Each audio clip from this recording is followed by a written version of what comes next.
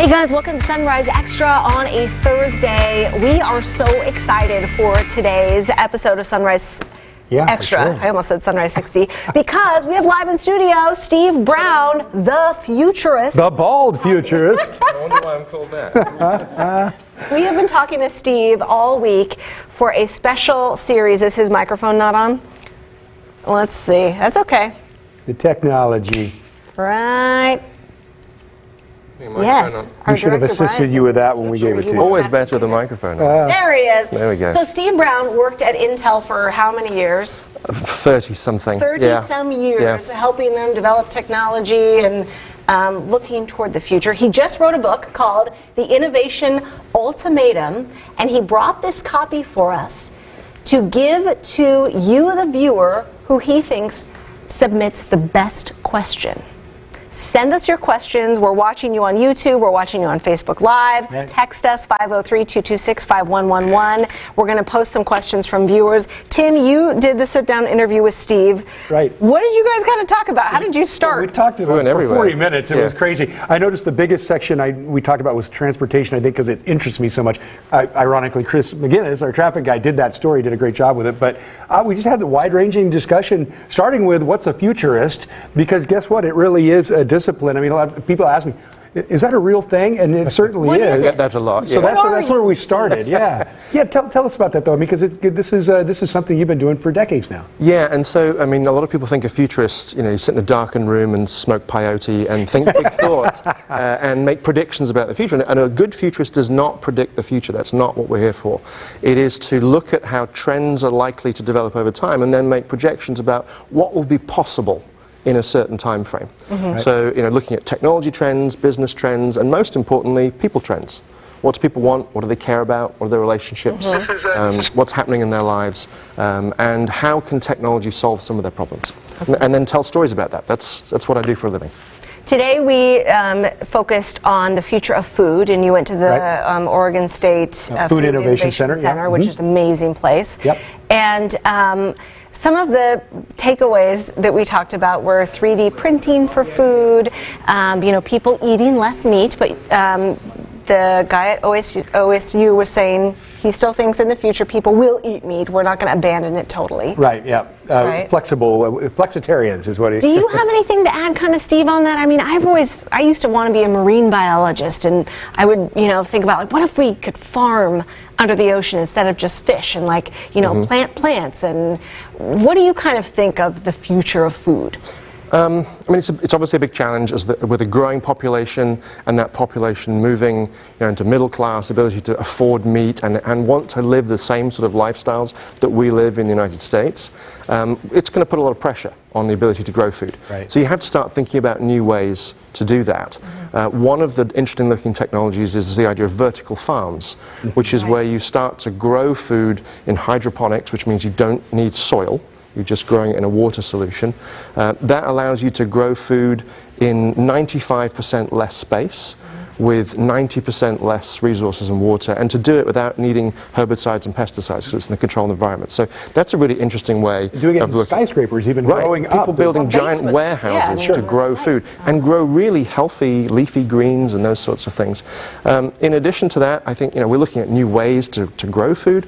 We waste a ton of food. Right. So being able to figure out ways in the supply chain as the food moves from the farm to our forks, ways to reduce wastage, so that when people are getting food, they know that most of it came to them and didn't sort of drop off the truck or spoil on the way, because we're being much more intelligent about how we route it from the farms to getting through to us through supermarkets. Mm-hmm. Right, and cuts down the waste so that more people can actually eat too. I mean, it seems like the bigger picture thing, as we talked about this morning, is feeding the world. It's just such a huge challenge, and hopefully the innovation feeds a lot more people.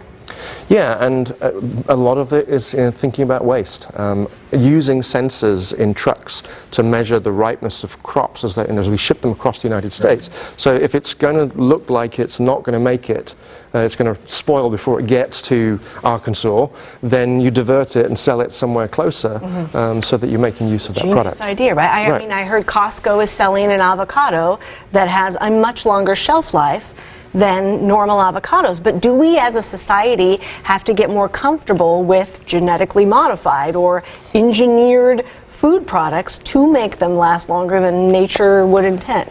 Yeah, I mean, personally, I don't have a problem with GMOs, genetically modified organisms. I think you've got to be careful with all this technology, but every time you eat a banana, you eat sweet corn, you are eating something which is not natural. We have created that. We did that through selective breeding. Changing a gene is a different way of doing it, but you're essentially doing the same thing. Yeah. Let's take a question that you guys submitted. It says, hey Steve Brown, tell me how a sky full of drones will be desirable. In your future segments you mentioned that drones would deliver food. I just can't believe that we'll ever see a sky full of drones making deliveries. Rod Hill's sunny day obscured by a sky full of drones, a man hit in the face by a falling pizza. So we did speak about this. You talked about, we're building up already. We see a lot of cranes in Portland. You said there's going to be lobbies on the street level, which there are, and lobbies on the top because there's going to be, flying large group shared vehicles of some kind. Kind of elaborate on that. Yeah, so I mean, there's different types of drones. There's drones to do work. I mean, taking a defibrillator to somebody who has had a heart attack. 350,000 Americans a year have a heart attack outside of a hospital, and so you need to sometimes get a defib to them quickly. Sure. Right. Yeah, that's a great application for a drone, and I don't mind that in my sky, seeing a defib drone going and saving someone's life. If it's somebody getting a package on Amazon and filling the skies with these things so that someone can have a can of pet food, an hour earlier, do I feel good about that? I don't know. And we, as a society, we've got to decide, is that what we want or not? Where it gets interesting is when you scale those drones up and they become big enough to carry people. You said up to 16 people maybe in these air transports. I mean, I think a lot of them are going to be in the 4-passenger range, but some of them could be up to 16 people. So what about this guy's point? Are we just going to have a sky full of drones? How's it going to be safe? How's that really feasible? I mean, well, there's no lanes. How do you, I mean, right. I guess, just like autonomous vehicles, they can sense each other. Yeah, and how are you going to do that air traffic control? Sure. Right. And so a lot of the drone companies are in contact with the FCC figuring that out now, and it's probably not going to be lots of humans. We're figuring out where all these go. It's going to be run by software. So artificial intelligence to manage the skies, get people at the right levels, and because, remember, a lot of these drones are not going to be flown by people either. They're going to be flown by artificial intelligence that is going to safely navigate them through the skies. And you said this is the reality coming because more than 100 companies looking at this, and some major players. You mentioned to me Boeing, Airbus, some of the Uber. Yep. Yeah, I mean this is the real deal. Yeah, and Uber's this is a pretty serious effort. Uber's long-term goal is that on a per mile basis, to fly from point A to point B will be cheaper in the future than it is today to drive in a gasoline-powered car on a per mile basis. Not 10 years. So this is not something for the elite who can afford a helicopter. This is going to be flying cars for the rest of us. Speaking of, Jody has a question that she submitted. Will vacuum tube transit ever be a reality? I've been waiting on it since the Jetsons and since I was a kid, fascinated at the bank drive-through by the tubes shooting back and forth. What do you think, Steve? Well, it's already been worked on. So this is vacuum tubes is really the technology behind Elon Musk's Hyperloop. Right. So Hyperloop creates these tubes which he's actually drilling with his other company called the Boring Company. So Boring Company makes these tubes, you remove a lot of the air and you shoot these shuttles through it up to 800 miles an hour.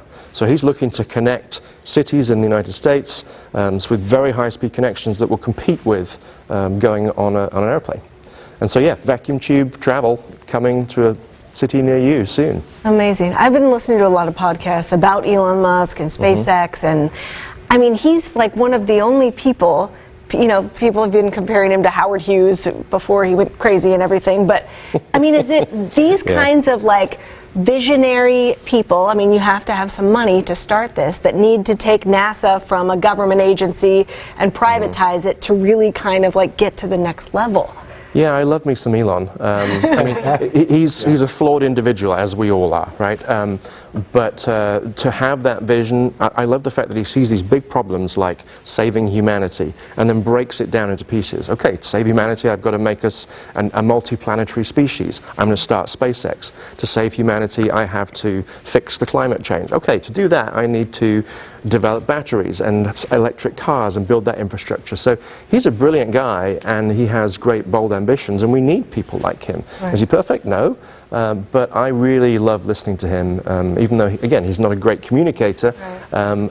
The vision he has, and then the satellite network he's going to build with Starlink, that is going to allow the next 4 billion people to connect to the internet in this next decade. That's amazing, right? To bring 4 billion minds and allow them to connect and participate in the global economy and the global conversation. Awesome. Yeah. Thanks, Elon. Yeah, for sure. Hey, Stanford Walker is asking, why can some technology be so difficult? And why is there no flying cars as promised in the 1950s? Why has it taken so long, Steve? Solving difficult problems takes time. Yep. And you need lots of little technologies to come together. In order to get the flying cars we're going to get, which is passenger drones, they are scaled up drones. We had to develop those first. You have to get batteries, so we needed to get the Prius and all the innovation behind that to give us the batteries we needed. You needed the artificial intelligence to do the vision systems. So all of these little pieces had to come together to get what we wanted. So yeah, I'd love to have it in the 1950s with the Jetsons, but it is all coming together. Remember, Steve is the one who said we're going to see more changes in the next 10 years than we saw in the past 4 decades, in the last 40 years. That's a bold statement, but it is coming together. And I think it's accurate. There are 6 technologies that are all coming to maturity in the next decade, and by combining those, innovators are going to do incredible things for us all, and that's a pretty exciting time to be alive. So around the same time, we've been doing a big series, or Pat Doris has been doing a big series called Power Struggle. Right. And it's about, in the next 5-6 years, we are phasing out coal in the Northwest in favor of renewables.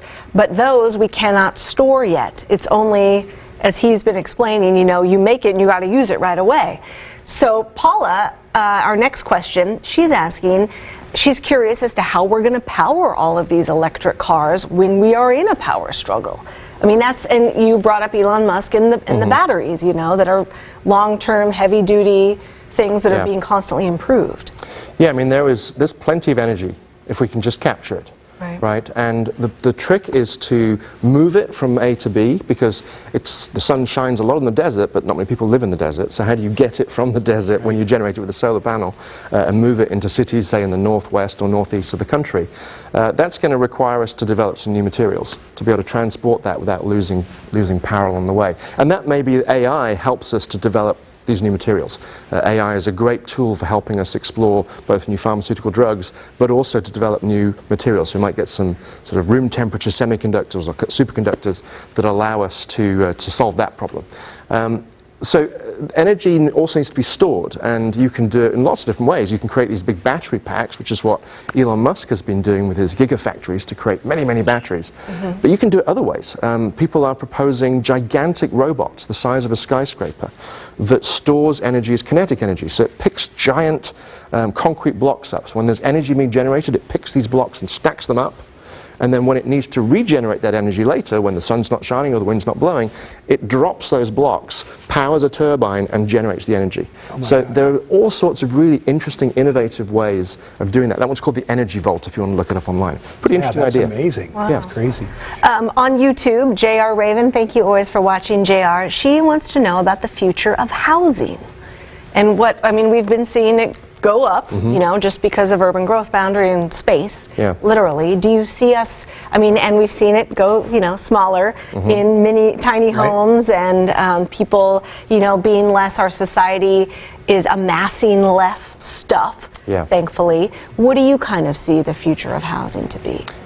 Well, we have a lot of people who need housing and who don't have it today, and we need to reduce the cost of housing.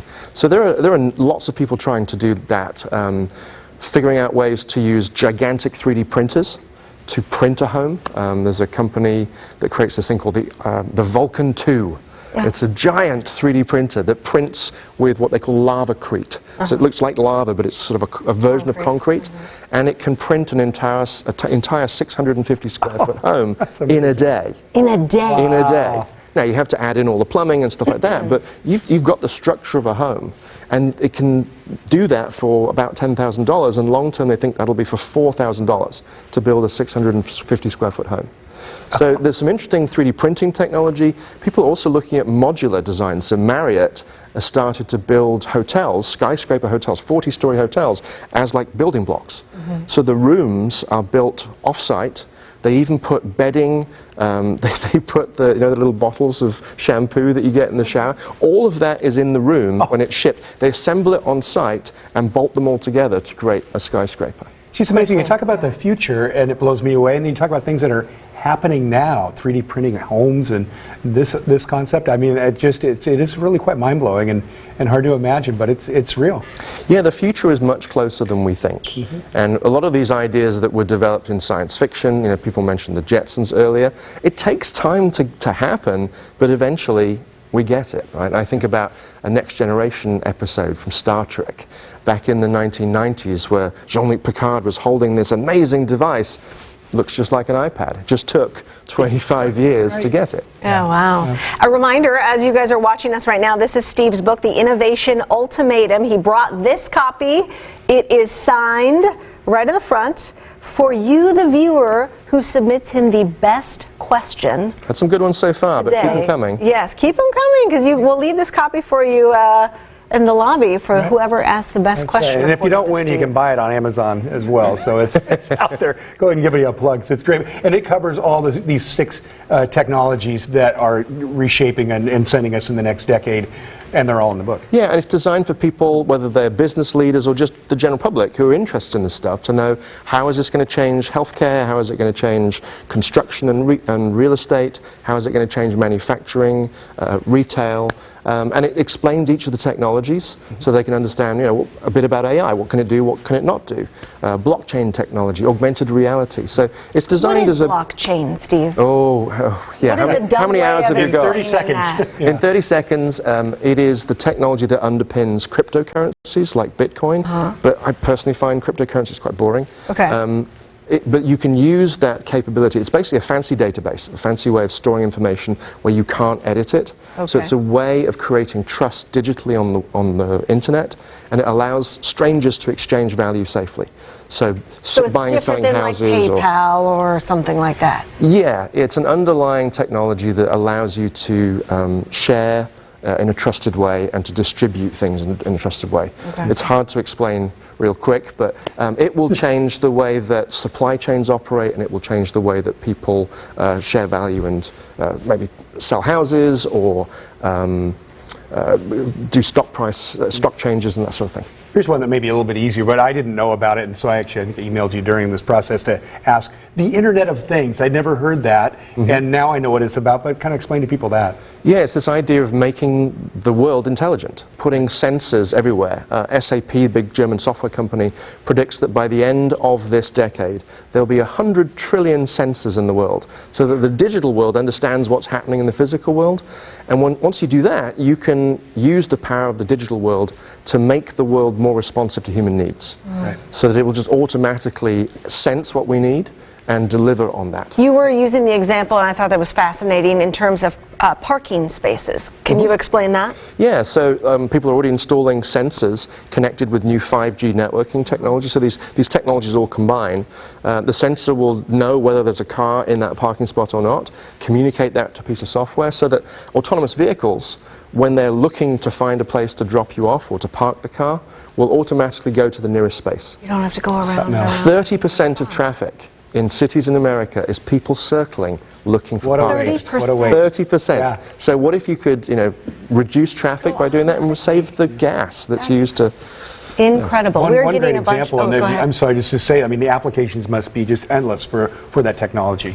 Yeah, and it's going to come down to people being creative. And I call myself a futurist. I deputize everybody listening to this right now. You are a futurist. Figure out how you want to use these technologies to change the world. And it is going to democratize innovation.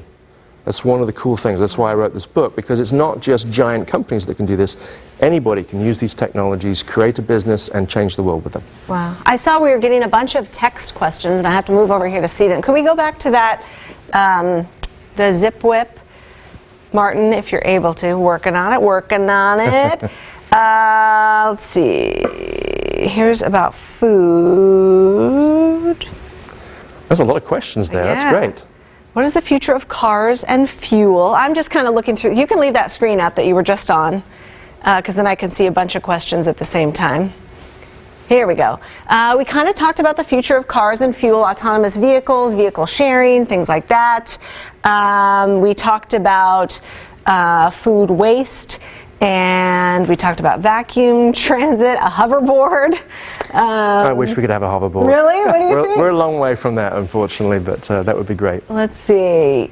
Automatic car blinkers someone wants. Very simple, right? Man. Just turn your blinker on. Not asking for much. Let's see. A dryer that folds the clothes. There already is one of those, Venora. I saw that at some invention. A Consumer Electronics show. They've been showing them for a couple of years. Yeah. Yes. Shoot. They're not cheap, but yeah, they can do it. Now I forgot what it was. Oh, yes. Do you listen to that New York Times, The Daily podcast ever? They do it every morning, and you're busy. I haven't, no. You're busy. They've been doing it. This question is about privacy, basically, and I saw you have a chapter all on, data, of course. Right. And they were talking in yesterday's and today's podcast about child sexual abuse imagery online, and Facebook is the vehicle for the most photos found, and they say that's because we're looking at them the most. Every time you post a photo to Facebook, right now they are scanning that against bad images. But with all of our cries for, we don't want you watching our messages and blah, blah, blah, we want privacy, they are looking at now encrypting everything, which means they wouldn't be able to see it, and they wouldn't be watching for these types of horrible images. So it's that fight of we want our privacy, but then also, bad things can happen from Right, there are gives and gets, and people want their privacy. In the research that I have done and I've seen other people do, people want to guard their privacy. Of course they do, but there are times when giving up our data in return for something is valuable to us. If I want personalization, let's say, simple example, if I'm watching Netflix or Hulu or these online services, I want Netflix and Hulu to remember what I have watched. That's data, that's personal data, Yes. Sure. in order to make recommendations to me on the types of things I would want to watch. So that's value to me. That's sort of a give and a get. And you sort of expand that up. There are going to be many other examples where we're willing to give up our data in order to get something in return as we move to personalized medicine, which is medicine based on our genetics. We're going to have to share our genetics in order to get access to those personalized services, which could save our lives. That's what freaks me out, like those 23andMe and everything. I'm like, no way am I going to be the one that rightfully gives you my DNA, because who knows what it's going to do. I don't even do the face unlock on my iPhone. And everybody has a different level of comfort with what's possible. But I think so long as you make it opt-in, it's not just something that's done to you, so that you can choose, I want to give up my data because that's valuable to me. I did the spit in the tube thing with 23andMe because I was interested to find out my heritage, where I came from. I wanted to find out what genetic conditions I might have. Thankfully, I'm okay. But we're all going to have to make these decisions, and it's going to be personal. And I think I was having a conversation with a good friend of mine about this yesterday. We just have a minute 30 left. It's presented as like I'm in or out, or maybe I'm willing to share my genetic data anonymously to help other people, but I don't want help myself. We need to make it more complex than that. So it is a big question. I kind of want to give you the book as the best question, but we should give it to one of your viewers. We better do it soon. We got a minute left, right? Do you have another future story coming up tomorrow? I actually don't, but Christine Pitawanich does on healthcare. It's going to be very good tomorrow to wrap things up. This is Steve's book, The Innovation Ultimatum. You can find it wherever books are sold. Is that right? I don't know. It just sounds like a great pitch. Thank you so much for being with us. This is fascinating. And we'll go through, pick a question, and we'll leave it at the front desk. We'll leave it at the front desk. We'll let you know. Bye, you guys. Have a great day. Thanks.